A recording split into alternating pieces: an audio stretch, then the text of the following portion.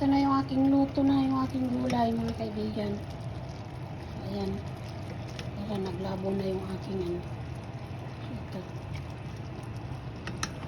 Ayan. Pasensya na kaya walang halo lang. Walang halo na ano. Bilisan ako ng hipon kaya lang nakalimutan ko. Tapos mayroon akong paksiw na makarel. So ayan yung aking hapunan ngayon. Ayan. Paksiw na makarel. Tapos yung aking kanin ay lamig. Kagabi pa yan. Ang kanin. So papatuyuin ko lang yung aking paksiw. Ayan. Lapit na siya maluto.